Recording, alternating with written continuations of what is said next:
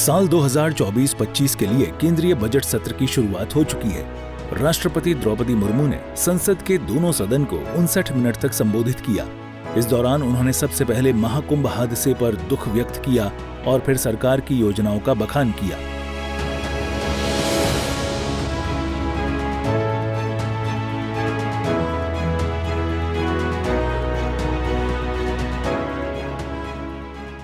माननीय संसद सदस्यों, संसद की इस बैठक को संबोधित करते हुए मुझे हार्दिक प्रसन्नता हो रही है।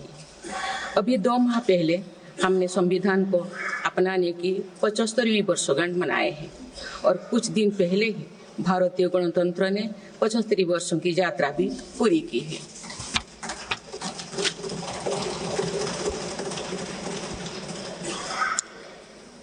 ये अवसर लोकतंत्र की जननी के रूप में भारत के गौरव को नई ऊंचाई देगा। मैं सभी देशवासियों की तरफ से बाबा साहेब आम्बेडकर समेत सभी संविधान निर्माताओं को नमन करती हूँ।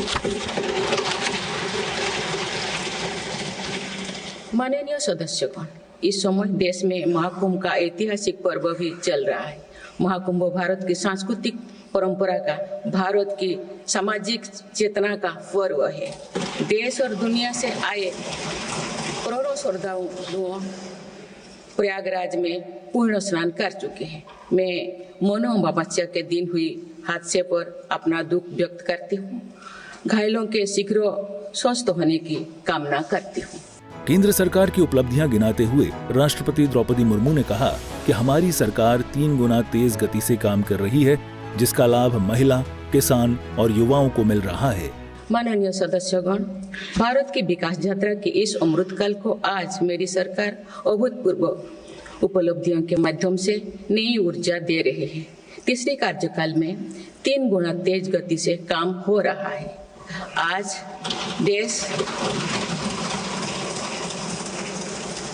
देश बड़े निर्णयों और नीतियों को असाधारण गति से लागू होते देख रहा है और इन निर्णयों में देश की गरीब, मध्यम वर्ग, युवा, महिलाओं, किसानों को सर्वोच्च प्राथमिकता मिली।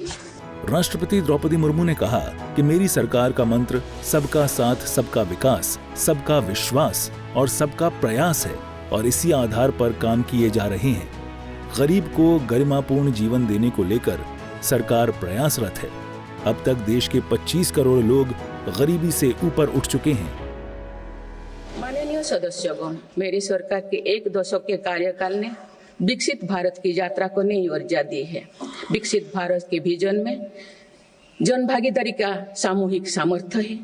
देश की आर्थिक उन्नति का रोड मैप है। डिजिटल क्रांति के रूप में टेक्नोलॉजी की ताकत है और आधुनिक इंफ्रास्ट्रक्चर आधार भी है। मेरी सरकार के प्रयास के बल पर भारत दुनिया की तीसरी सबसे बड़ी अर्थव्यवस्था बनने जा रही है। विकसित भारत की उड़ान को हमारे संविधान के आदर्शों का सतत मार्गदर्शन मिलता रहे, इसके लिए सरकार ने सेवा, सुशासन, समृद्धि और स्वाभिमान इन प्रमुख सिद्धांतों को गवर्नेंस के केंद्र में रखा है। सरकारी फर्म, परफर्म और ट्रांसफर्म के अपने संकल्पों को तेज गति से आगे बढ़ा रही है। मेरी सरकार का मंत्र है सबका साथ, सबका विकास, सबका विश्वास और सबका प्रयास, और इस मंत्रों का एक ही लक्ष्य है, विकसित भारत का निर्माण। इससे पहले प्रधानमंत्री नरेंद्र मोदी ने सदन के बाहर मीडिया को संबोधित किया, जिसमें उन्होंने कई ऐतिहासिक बिल पेश होने के दावे किए। पीएम मोदी ने कहा कि हर नारी को सम्मानपूर्ण जीवन मिले, इस दिशा में महत्वपूर्ण फैसले लिए जाएंगे। इस सत्र में हमेशा की तरह कई ऐतिहासिक बिल पर सदन को चर्चा होगी और व्यापक मंथन के साथ वो राष्ट्र की ताकत बढ़ाने का काम करने वाला कानून बनेंगे। विशेषकर नारी शक्ति के गौरव को पुनः प्रस्थापित करना, पंथ संप्रदाय के भेद से मुक्त होकर के हर नारी को सम्मानपूर्ण जीवन मिले, उसको भी समान अधिकार मिले, उस दिशा में इस सत्र में कई महत्वपूर्ण निर्णय लिए जाएंगे। मोदी सरकार के तीसरे कार्यकाल का ये पहला बजट सत्र है, लिहाजा इस बार के बजट पर देश की निगाहें टिकी हैं। वित्त मंत्री निर्मला सीतारमण कल यानी 1 फरवरी को लगातार अपना 8वां बजट पेश करेंगी। ब्यूरो रिपोर्ट, सूर्या समाचार।